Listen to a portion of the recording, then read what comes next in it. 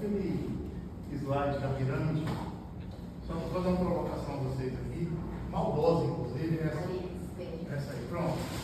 Quero que vocês memorizem essa pirâmide aqui, ó, porque vocês estão na faculdade cursando curso de administração, muitos de vocês, né? Alguns de contabilidade, outros de finança, e a gente sempre acha que a gente está na faculdade para vir para cá, ó. A gente está aqui, ó, todo mundo, há 10 anos todo mundo está aqui. Opa, é digital, eu sou loucão, eu sou cringe. Vamos lá. Põe lá, por favor, de novo. Então, todo mundo, vou colocar, vou bater aqui.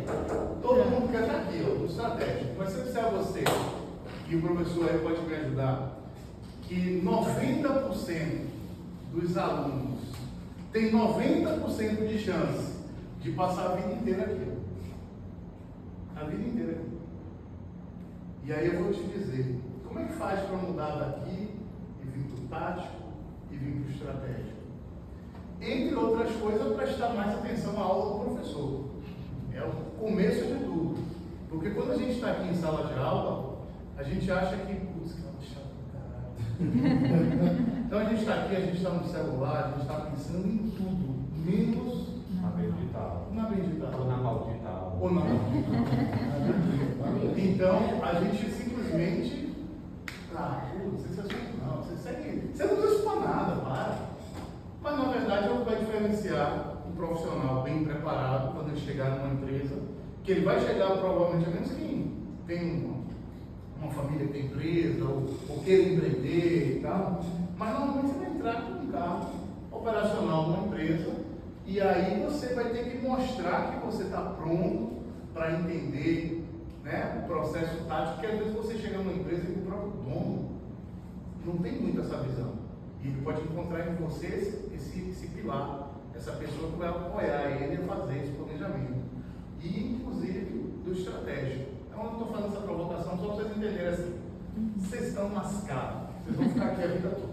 Não vou não. Não. Eu desejo que não. Mas tem que mudar a postura. Inclusive, quando alguém estiver aqui perguntando assim, alguma dúvida, como ele estava aqui perguntando, ele ficou caladinho.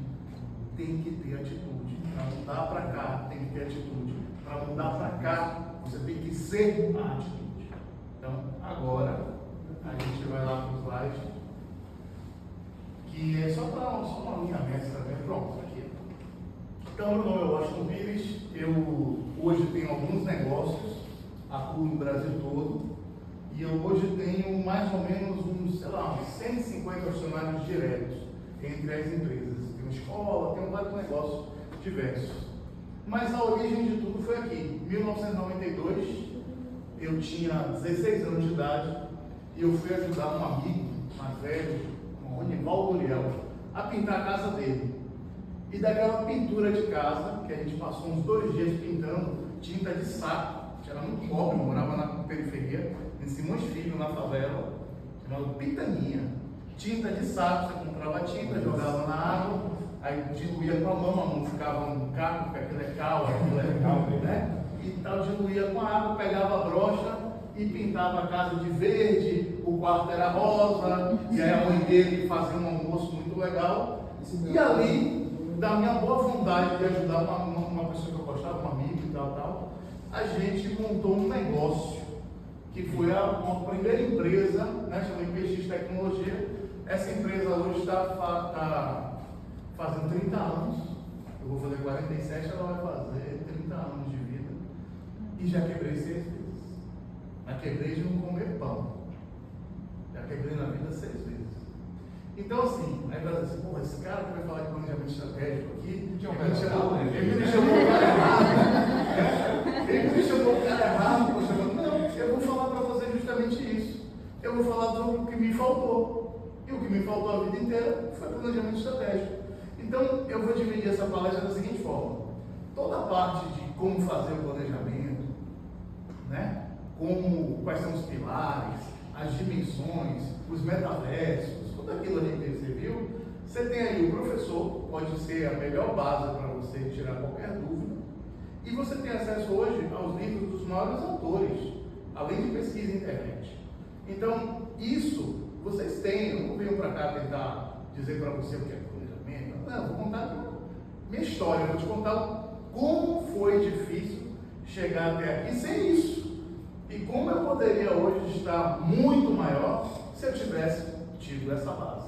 Mas eu tinha 16 anos quando comecei, segundo grau, parei de estudar, a gente para de estudar porque começa a trabalhar e acaba deixando o estudo para segundo plano. Depois é que eu vim correr atrás, aí fiz um supletivo, aí fui fazer faculdade já tarde, já estava com 22 anos quando entrei na faculdade, na Baiana de administração, aí fiz a faculdade, e era o perrengue de todo mundo, né?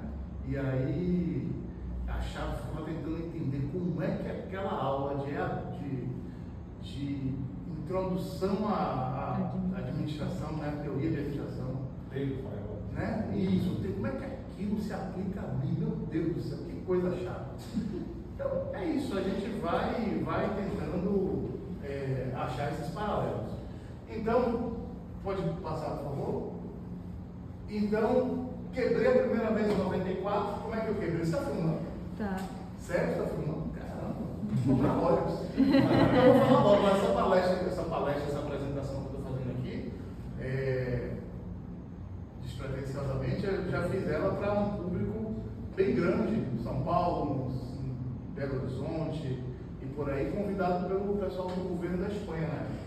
Que era para falar de um ponto que eu vou falar agora, lá na frente, vocês vão ver rapidamente, acho que no próximo slide. Então vamos lá.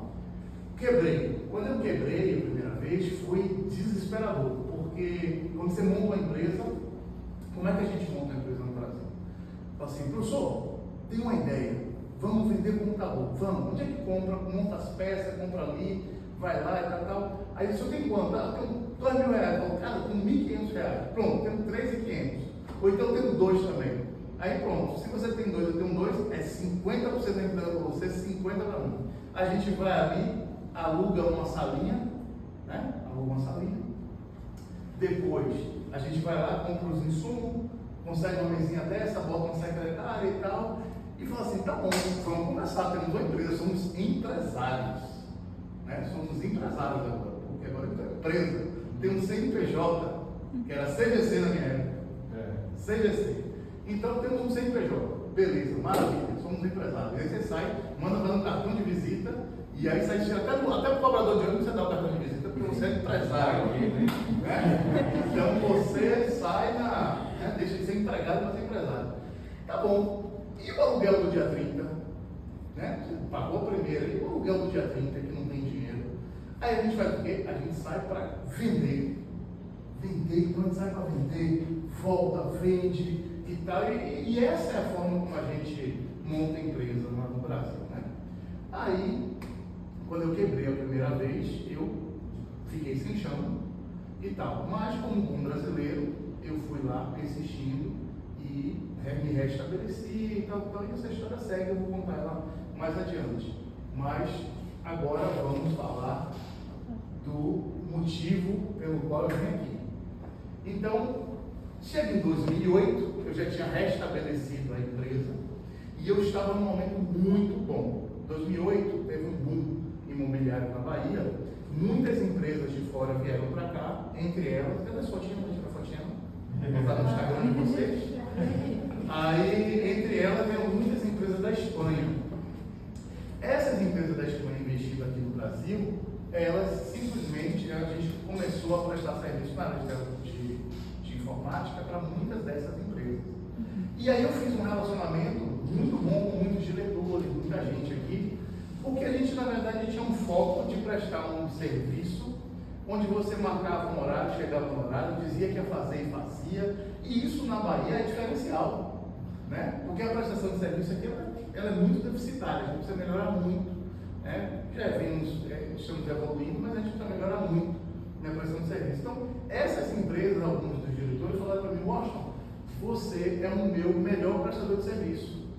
Então a gente começou a crescer, a gente nessa época já estava com 40 e poucos funcionários, já estava mais estruturado, com um escritório arrumado, tudo isso. Quando surgiu uma ideia brilhante, vamos montar uma filial em Madrid. aproveitar esse network dessas pessoas que podiam abrir porta lá e a gente prestar serviço para essas empresas lá em Madrid. Então, eu tinha um sócio, consegui uma pessoa que virou meu sócio em Madrid. Eu tinha a documentação, a sorte de ter a documentação de ter a nacionalidade espanhola, por causa da minha avó, que veio na guerra. Então foi assim, né? Pô, maravilha. E aí veio o planejamento estratégico, óbvio que eu fiz. Levei 15 minutos e fiz um planejamento estratégico com um papel, né?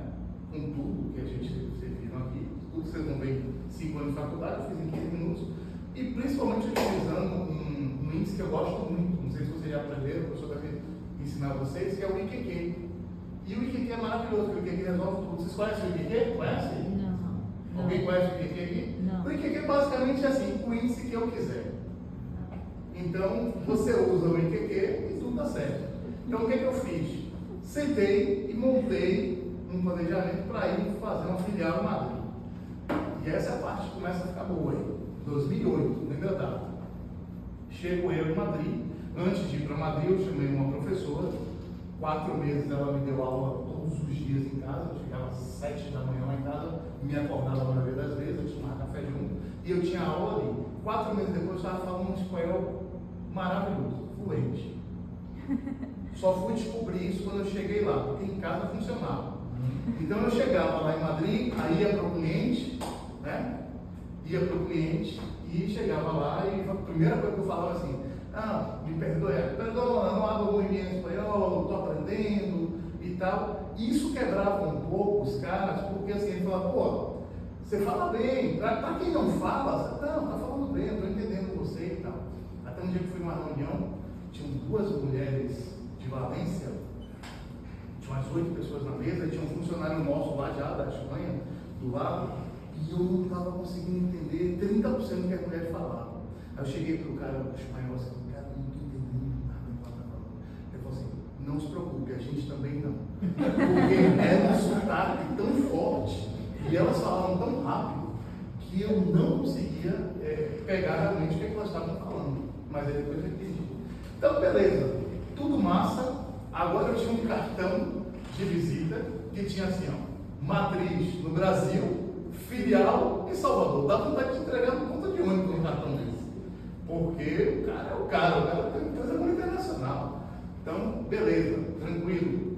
Até que eu resolvi pedir umas linhas telefônicas, né, da Telefônica. Que é esse Telefônica daqui? Pedi umas linhas telefônicas e aí a Telefônica falou assim, beleza, vamos mandar uma pessoa aí para poder fazer a apresentação e fechar o contrato. Aí chega uma pessoa telefônica lá.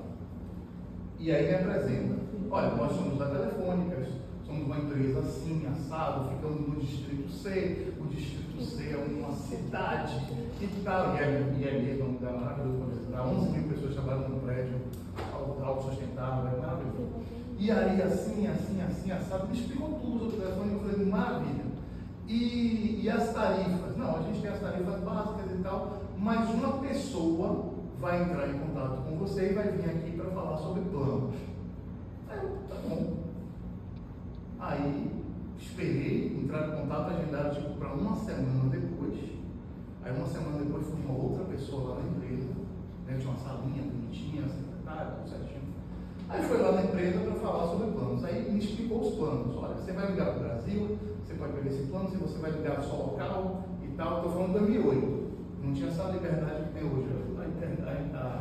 A internet ainda não tinha essa comunicação pela internet, ainda fazia chamada mesmo e era caro. Então ela simplesmente me explicou tudo sobre os planos. Eu digo, pô, maravilha. Então eu quero esse plano aqui, tantos aparelhos e tal. E os aparelhos, Havana, vai ligar uma pessoa que vai trazer aqui e te informar sobre aparelhos. E eu já estava irritado, porque lembra como é que eu montei a empresa? Você monta, compra uma caixeira e ele aqui monta, senta e tal, já sai para vender o telefone, já quer entregar o cara funcionando, precisa pegar aquele dinheiro correndo, antecipar o cartão de crédito que divide em 3 vezes, perder aquele juro e tal, para pagar o aluguel. E eu estava já, sei lá, 20 dias tentando comprar um celular para a empresa e ainda estava esperando uma pessoa que ia lá falar dos do telefone agora. Aí a gente escolheu os telefones, eu lembro que a gente pegou uns da BlackBerry, que era maravilhoso e tal. Então, beleza. Eu digo, porra, ok, eu quero esse da BlackBerry. Vamos fechar o contrato? Ele falou, o jurídico vai entrar em contato com você. Aí eu já estava sem paciência. Porque eu já estava sem paciência. Eu digo, cara, não é possível, os caras não querem vender. Como é que uma empresa é grande assim e não consegue vender um telefone? E eu estava irritado, né? Irritado do ponto de vista assim de um choque cultural. E aí, beleza, finalmente mandaram o contrato, finalmente contratamos, recebemos no prazo, o telefone funcionou bem, tudo certinho. E aí foi uma aula que eu tive em abrir uma filial em Madrid, que valeu muito mais do que toda a faculdade. Que é você entender como a cabeça das grandes corporações, no caso aí, né, no continente inteiro praticamente da Europa, funciona, como eles montam um negócio, como eles fazem o planejamento deles. Os caras não chegam e montam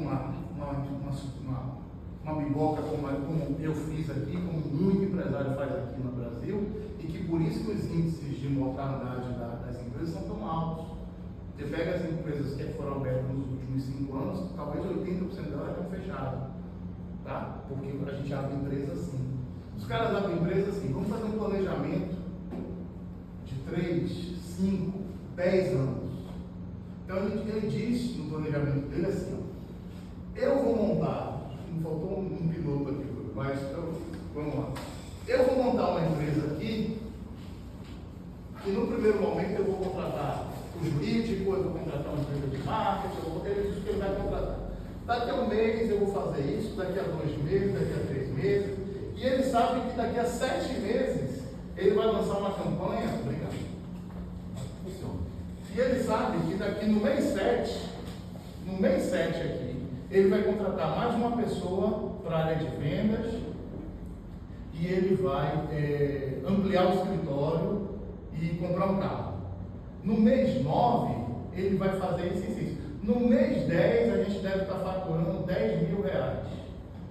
Então, ele planeja isso aqui 36 meses, 48 meses. Ele planeja isso, sabe, de uma forma tão absurda. Então, ele já sabe quanto ele vai gastar e quanto ele pretende arrecadar, ou vender, ou faturar, ou depender da operação, em cada mês. De modo que ele fala assim, cara, precisamos de 2,5 milhões de euros, ou de reais, ou do que for, em caixa. Quer seja dinheiro próprio, quer seja dinheiro de banco, financiamento, o que quer que seja. E ele tem esse dinheiro disponível. Então, como ele tem esse dinheiro disponível, ele está seguindo o programa dele, ele não está desesperado no mês 1 aqui, que ele precisa vender o celular, sair, correr, descontar a duplicata no banco, voltar, pagar. Ele não está preocupado com isso. Ele fez um planejamento de longo prazo, ele só precisa focar para que ela colocou aqui, a mensuração dos resultados. Ele só precisa dizer o seguinte, olha, no mês 1 eu preciso fazer 100 ligações. Pronto. E preciso vender um celular. Se ele fez as 100 ligações e vendeu um celular, ele está dentro da meta dele. Ele não precisa pagar as contas com a venda desse um celular. O dinheiro das contas está no banco. Cara, demorou tanto tempo para entender isso. Porque a gente fala assim, pô, mas onde é que a gente consegue o dinheiro? Então assim, o nosso Brasil, que a gente fala, pô, a gente é empreendedor, a gente é massa, a gente é criativo, e a gente é mesmo. Mas assim, de cada 100 que pede demissão no polo ou no banco e monta um negócio, 3, 4 prosperam. A grande maioria perde o dinheiro da rescisão e ainda fica devendo. E isso alimenta todo esse sistema de empresas que crescem, que ruem o tempo inteiro no Brasil é isso. Então, para que essa aula de hoje serve? Para que o professor está ali à disposição de vocês? Para que vocês, quer sejam como empregados, como funcionários, como colaboradores ou como empreendedores, vocês espremam eles para dizer, professor, como eu faço isso? Como eu faço isso? Como eu planejo melhor? Eu vim aprender isso depois de velho, eu estou bem velho já. Eu estou aprendendo isso depois de velho.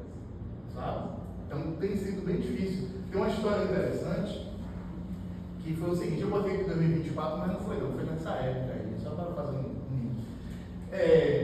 A gente estava, vamos supor que fosse agora, aí o meu sócio estava lá, e ele falou assim, poxa, na verdade o marido da minha sócia lá, aí ele falou assim, poxa, me chamaram na Alemanha, ele estava me dando um exemplo de como os alemães são muito programados, sabe? E que a Espanha, que para mim era uma maravilha, ele fala que é muito bagunçado, você precisa ver na Alemanha.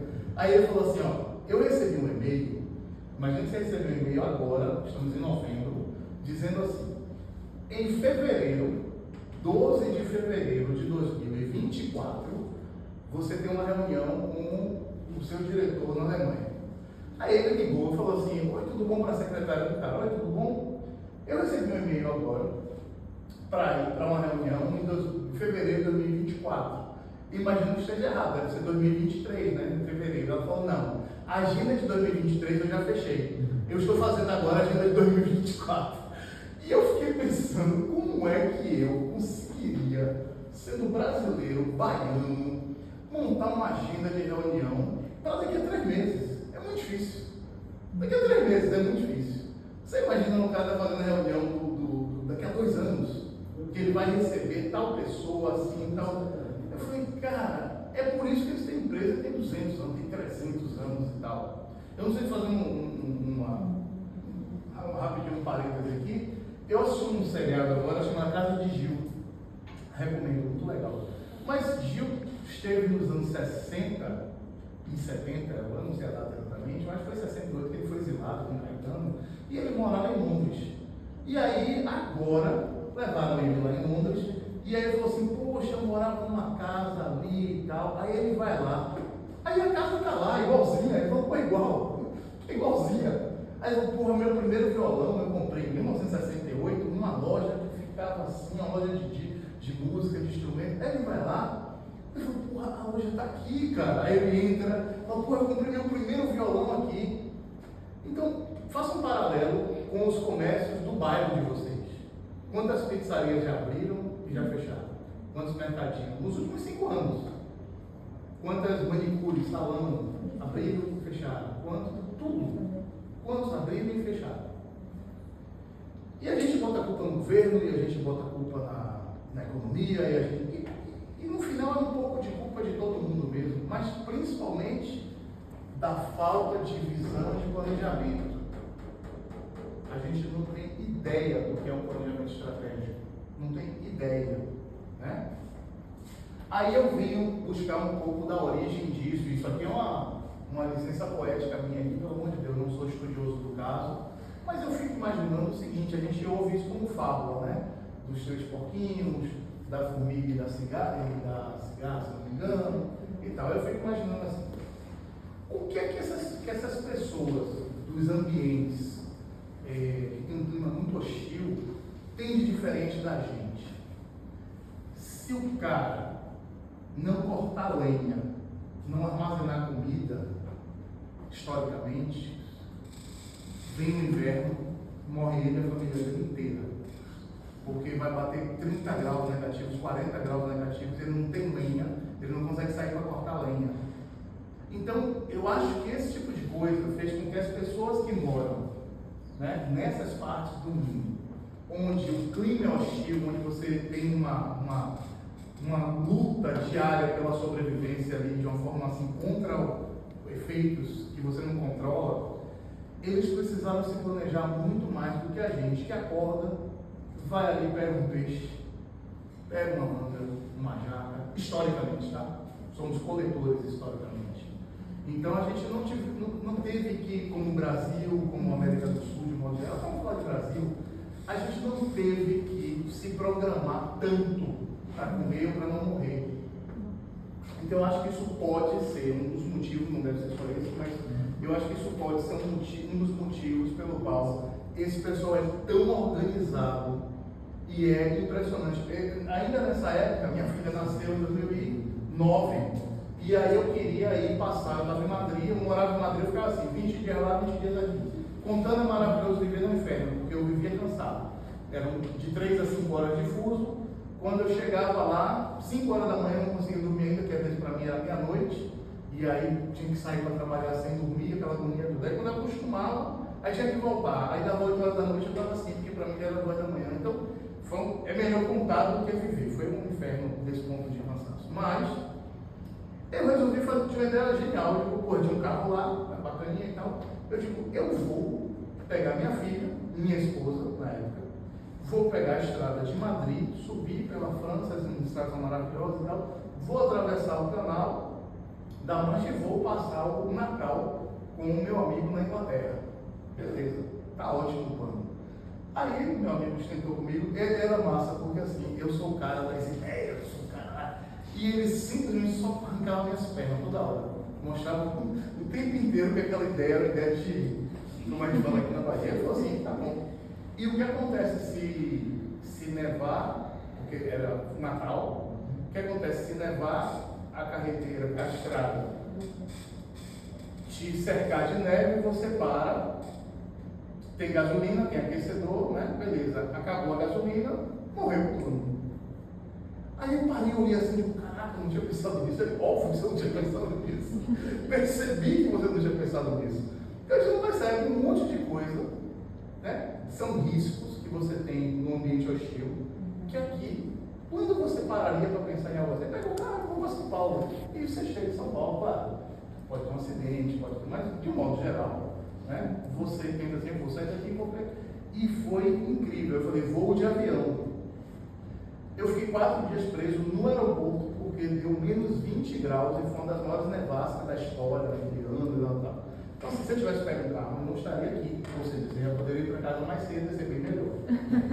Mas o fato é que, se você não pensa nesses detalhes, se você não pensa, você não faz o planejamento, você está morto. Você está morto. Você não vai para lugar nenhum. Vocês estão na base da pirâmide e de lá para sair é muito difícil. É ganhando R$1.200, R$1.500, R$2.000 a vida inteira. A vida inteira. Por quê? Porque não prestou atenção quando o professor estava falando que era importante esse assunto, ou aquele outro, e vamos levando. O professor libera mais cedo. Todo dia o professor libera mais cedo. O professor libera mais cedo. E ele vai liberar você mais cedo, e vai ser massa, vai ser lindo. E você não passar o resto da vida ganhando R$2.000, porque você ficam o tempo inteiro focado. Não é você não, tá? É a nossa sociedade.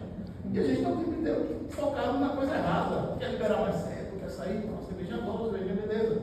Mas assim, a hora agora não é isso. Então aqui, ó, sempre foca. Então, beleza. Passa aí que ela vai liberar você para sair mais cedo. Aí eu falo, o que a gente pode aprender com isso? O que a gente pode aprender com essa história toda? Que é o que a gente já está se enrolando aqui. Se vocês vão empreender, se vocês vão empreender, olha que legal. Empreender pode ser no trabalho que você está hoje. Empreender não precisa necessariamente você criar um CNPJ. Você pode empreender na sua própria carreira. Onde é que você quer estar daqui a 10 anos? Onde é que você quer estar daqui a 5 anos? Onde é que você quer estar daqui a 1 ano? Qual o planejamento você fez para estar no dia de hoje aqui? Hoje. Qual o planejamento do dia? Qual o planejamento para amanhã? O que é que você vai fazer amanhã? Você entende que a gente acorda de manhã e vai viver? E não tem necessariamente um planejamento? A maioria das pessoas. A maioria das pessoas. Está falando de sociedade, não estou falando de você. No geral, Estou falando, nem conheço você. Estou falando de você. Como ser humano. Como ser humano, baiano, soteropolitano, brasileiro. O que a gente faz? A gente acorda amanhã, vai tomar um escova. E se você começar a perceber que, se você faz um planejamentozinho da semana, do dia e tal, você pode otimizar tempo, você pode, sabe, encaixar coisas que dava para. Às vezes vai 3 vezes no mesmo lugar, se você tivesse planejado, eu vinha já resolvia tudo aqui no cartório. Então, são coisas simples, mas que podem te potencializar. Então, empreender no trabalho de vocês estão dando o máximo que vocês podem no trabalho de vocês, ou vocês estão executando apenas tarefas rotineiras e saindo mais cedo? Ou, sabe, está aqui, eu estou pensando o que eu vou fazer com sair daqui. Está lá, aí você está pensando o que você vai fazer. Então, assim, se vocês não conseguirem, como funcionários, funcionar bem, produzir bem e crescer dentro da empresa que vocês estão, e fica culpando o chefe, vocês não vão conseguir progredir nem na sua própria empresa. Porque para você ter uma empresa e funcionar bem, primeiro você precisa ser um bom funcionário. Então, vou dar um exemplo. Eu trabalho desde pequenininho, né? Porque meu pai tinha um oficina de carro na porta de casa. 6 anos eu estava aprendendo que era chave de fenda, aquela coisa toda, pedreiro, meu pai também fazia essas coisas, beleza. Aí depois eu fui trabalhar na Danone, fui trabalhar em outros lugares, então antes de montar a empresa, porque com 17 anos eu não montei a empresa, mas já trabalhava já há bastante anos. Pelo menos eu achava que era bastante. Então assim, eu sempre tive uma estratégia que eu nunca tive problema, que era assim, se eu quero aumento, eu não faço como muita gente fazia, que era assim, mostra a sua insatisfação que você ganha pouco. Eu era o melhor funcionário de 3 meses. Assim, pro cara, sabe, bater a meta, correr, chegar cedo, produzir, procurar coisas que não eram da minha área, ajudar pessoas dentro da empresa, eu fazia uns castelos, tá? Aí depois de 3 meses, aí você chega lá e fala assim, poxa, meu patrão, mas eu estou precisando fazer um curso novo, estou precisando ajudar não sei o que, minha mãe, não sei o que, a desculpa você inventa qualquer um. Então eu estava precisando de um aumento. Me diga, o cara está ali, tem 30 funcionários bocó, que estão querendo sair mais cedo. Aí tem um cara que chega, que está fazendo um serviço, que ele vê assim, ele dá um. Como é que ele diz não a você? Me diga como ele diz não a você. Ele fala, pô, mas esse cara é bom, vamos ficar aqui com ele. Então, ele dá aumento a você. Então, assim, se prepare para pedir aumento. Isso eu dou um exemplo, estou cobrando nada para você, já está cobrando, cobrava 8 mil por cada um, que fácil. Se prepare para pedir aumento. Prepare para pedir aumento. Trabalhe, faça tudo certinho e tal. Aí você chega no chefe para pedir aumento. Agora assim, poxa, pedi aumento para o meu chefe 2 vezes. O ele não deu, não está reconhecendo, vá mudar de chefe. Vá mudar de chefe. Porque aquele chefe não é um chefe que vai te ajudar a fazer o que você quer fazer com a sua vida. Aí mude de chefe.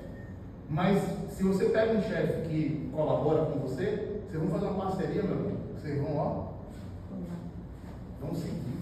Hoje eu aprendi, por exemplo, eu dou aumento lá no meu pessoal, eu dou aumento sem eles pedirem, mas aí é outra conversa. Então, vamos lá. Próximo assunto. King Richard. Quem viu esse filme? King Richard, sobre Criando Campeões, é a história do pai de Serena e Venus Williams, as tenistas negras americanas. Alguém sabe quem são elas? Sim. Quem não conhece elas aqui? Pronto. Assistam esse filme. Esse filme eu assisti recentemente, deve ter 3 ou 4 meses, e abriu outro metaverso na minha cabeça. Assim, que é o quê?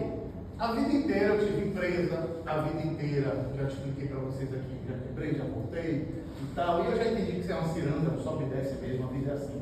Eu estou aqui agora, eu estou falando que eu estou vendo um momento bacana, projetos novos, em 3 anos eu posso voltar aqui e falar, puta, quebrei de novo, 7 vezes. A vida é assim. E tem hora que não adianta planejar, tem hora que não adianta, sabe? Uma das coisas que eu não contei antes, de 2008, é o seguinte, fui para lá, aprendi e tal, e quebrei na Espanha. Quebrei por quê? Não foi nem falta do planejamento, faltou dizer isso, desculpa. A Espanha quebrou. 2008 teve um problema nos Estados Unidos, na indústria imobiliária dos Estados Unidos, que reverberou no mundo todo. No Brasil a gente viveu isso, como o presidente da época de uma marolinha, mas na Europa, a Europa quebrou no meio. Eu lembro de 2009 que a C&A fechou, o pessoal não tinha dinheiro para tomar Coca-Cola, não tinha, estava um caos. Então, aí eu parei, eu lembro claramente de ter essa conversa com Deus na época, que eu tenho uma relação muito próxima com ele. Eu dele, ele de mim é mais ou menos. Aí eu lembro muito claramente que eu cheguei e falei assim, velho, esta porra dessa Europa está crescendo há 2000 anos, velho. Bombando. Porra, eu botei o pé aqui, a porra quebrou. Não é possível. Não é possível. Não é possível. E eu lembro de eu ter essa conversa com Deus, eu digo, não é possível, velho. Que porra é essa, velho? Então eu fui pra lá, botei dinheiro, investi, fiz um monte de coisa. Quebrou, a Europa quebrou. Não é assim, dessa vez não fui eu não. Dessa vez não fui eu não, velho. Você quebrou sua empresa. A Europa quebrou. Então todos os clientes que eu estava ali prospectando, que as coisas estavam andando, né? Aquelas ferramentas de pipeline, de acompanhamento de SWOT, estava tudo direitinho. Não tinha dinheiro para comprar Coca-Cola. Aí eu lembro que um pessoal falou assim, a Europa só vai se recuperar daqui a 10 anos. E parece que é mágica, levou 10 anos. Só em 2018 que eles saíram desse atoleiro que eles estavam. Então eu voltei para o Brasil e recomecei de novo. Então, é só para lembrar. Aí, voltando aqui agora, a vida inteira eu foquei, né, em como fazer empresa, tal, vamos montar um negócio, vamos montar outro, tal. Assisti King Richard. E aí um novo universo se abriu para mim. King Richard, ele simplesmente tinha 3 filhas e ele falou assim: eu vou fazer um plano, eu vou ter mais 2 filhas e eu vou ensinar tênis a ela desde pequenininha e elas vão ser as campeãs mundiais antes de ter a filha. Ele é fantástico. Antes de ter a filha, aí ele teve a primeira, teve a segunda. Ele basicamente trabalhou para as filhas e ele colocou a família inteira para trabalhar para as filhas, as outras 3 filhas, as outras 3 irmãs e a mãe também. Então ele ia para a quadra, as meninas pequenininhas, a minha mãe dava a segurar a raquete. Então ele começou a ensinar tênis para meninos, né? Ele, assim, as meninas não só precisam aprender tênis, ele fez um plano, cara. Ele fez um plano, ele escreveu o plano. O plano precisa aprender pelo menos 4 idiomas, precisa se alimentar bem, precisa treinar tantas vezes por dia, precisa, quando tiver 5 anos vai fazer isso, quando tiver 10 anos vai fazer isso, quando tiver 12 anos vai fazer isso. As meninas seguiam o plano, cara. A família trabalhava para elas. Resultado: Venus e Serena Williams são as maiores vencedoras de todos os torneios que você possa imaginar. E em muitos anos foi assim: um era primeiro, a outra era segundo lugar. Não tinha ninguém no planeta para disputar com elas, não de igual para igual. Então assim, aí eu parei, eu olhei para um lado, olhei para o outro, falei, cara, olhei para meus filhos assim, falei, puta que pariu, não tem coisa. Não sentido, porque acorda de manhã, vai para a escola, volta. Qual é o plano para eles? É que eu me dei bem, só uma herança, um apartamento. Aí eu falei, não, vamos sentar. Eu comecei a conversar com eles, que aí assim, entenda, o plano do Richard aqui, ele ditou todas as regras dos filhos, o que ele ia fazer, liberdade zero para as meninas. Aí eu falei, dá para adaptar, pensando ele, na minha cabeça, dá para adaptar. Então assim, eu não vou dizer para minha filha, você vai ser médica, você vai ser, não vou. Mas eu falei para ela, cara, você precisa usar todas as ferramentas que você tem disponíveis para você. Meu filho precisa usar todas as ferramentas que ele tem disponível para ele. Meu filho tem um problema, não é um problema, ele embola algumas palavras, ele está com 9 anos. Eu falei, pô, vamos botar esse menino no fonoaudiólogo, sabe? Vamos botar os dois no psicólogo desde pequenininho para poder, né, ir desopilando dessas coisas de celular, essa carga mental que a gente está vivendo aí, Tá, beleza, vamos fazer esporte, vamos fazer algum esporte junto. Não para competir, mas para a gente fazer alguma coisa junto. Então, eu estou mudando de casa e montando um plano com eles agora, que eles não vão valorizar agora, mas eu espero que daqui a algum tempo eles vão entender, pô, naquele momento foi o momento que a gente sentou e começou a planejar a vida. Essa semana eu estava conversando com ela, você quer fazer intercâmbio? Pronto, se você quer fazer intercâmbio, a gente precisa se programar. Porque a gente precisa juntar dinheiro para o intercâmbio, a gente precisa que você vá fazer um TOEFL, e o TOEFL é uma certificação de inglês e tal. Então assim, você tem que começar a se planejar. E isso foi depois de ver esse filme por uns 3 meses. Porque essa caixinha de família, ela não estava aberta para mim. Eu nunca tinha pensado nisso, eu nunca tinha pensado que é possível você ajudar a sua família a ter um planejamento como família. Entende? Então, essa aula de hoje aqui que o professor trouxe esse tema de planejamento estratégico, ela é tão mais ampla, ela vai atingir vocês em todos os aspectos da sua existência, tudo. Se você não se planejar, se você não entender como planejar direitinho, como olhar, não é só planejar, é verificar assim, tá bom, eu disse que nesse ano eu quero fazer isso. Você está visitando esse planejamento para ver assim, porra, já estamos em agosto, eu disse que ia começar a fazer natação, não comecei ainda, disse que ia fazer inglês, não comecei ainda, disse que ia fazer. Você tem que estar visitando ele para estar te forçando a cumprir as metas, porque senão você vai chegar no final do ano e falar, putz, dos 12 pontos que eu fui, só fiz um, que foi tomar cerveja com o Marcelo. Então você tem que colocar suas metas e ir lá olhando se está dando certo, se não está dando certo, sabe? E isso vale para a vida, para os amigos, para a família, para a relação com a mãe, com o seu filho, para o seu emprego. Como é que você vai mudar de emprego? Como é que você vai ganhar mais? Vamos lá, vamos fazer um planejamento aqui. Como é que você vai ganhar o dobro do que você ganha hoje? Se você não está trabalhando e ganha zero, é mais fácil. Mas você está lá, ganha seu salário. Como é que você planeja ganhar o dobro? Deixa eu contar um caso aqui que é fantástico. Eu tinha um funcionário, chama Vitor, e ele trabalhava comigo em 2006. Ele foi o primeiro emprego dele. Ele saiu de um estágio na Coelba e ele veio trabalhar comigo. Quando ele veio trabalhar comigo, e ele tinha uma formação, ele veio de uma família que tinha uma mais grande e tal, e ele veio com uma formação assim, né? Fiz curso de ADM na Rua Barbosa, fiz pós-graduação, tenho inglês, tenho TOEFL, tenho não sei o quê, tenho certificado para fazer, tudo certinho. Mas Vitor era um cara que, quando ele chegava, por exemplo, e falava, Vitor, vamos lá visitar esses clientes aqui, tá? Ele falou, não, peraí, tem que planejar, tem que ligar pro cara, ver se ele pode atender. Aí ele falou assim, vamos comigo. E eu chamava de operação chutar a porta. Que era chegar lá, bater no cara, tudo bom, você está aí, então, quem é o responsável dele? Fulano, ele pode atender? Pode. Então assim, você vai ter 30 visitas, pô, você fala com 10 caras. É melhor do que você ficar tentando marcar e os caras nunca vão ter tempo para você. Então ele ficou bom nisso, começou a chutar a porta e tal, voltava com os contratos, com os pedidos, vendia as coisas, tudo massa. E aí começou a ganhar melhor, começou a para o objetivo. Mas ele falava assim, porra, eu quero ser diretor da Sony, eu quero estar aqui, eu me preparei minha vida inteira para estar numa grande empresa. Aí ele fez o seguinte, ele falou assim, vou olhar os processos de trainee. Olha que legal, vou olhar o processo de trainee. O que é que tem no meu currículo e o que é que pede num processo de seleção de trainee? Então ele falou assim, inglês. Aí, inglês eu tenho. Pós-graduação? Pós-graduação eu tenho. Aí começava, né? Aí o que é que faltava? Experiência internacional. Ele não tinha. Certo? Experiência de gestão de uso. Não tinha. Aí ele começou a correr atrás das coisas que ele não tinha. A primeira coisa que ele fez foi pedir demissão. Ele pediu demissão, a gente veio ao povo.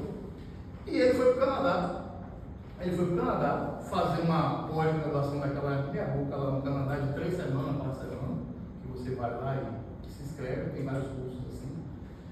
E teve a experiência de trabalhar fora, limpando gelo, numa pista de hockey. Mas ele trabalhou fora.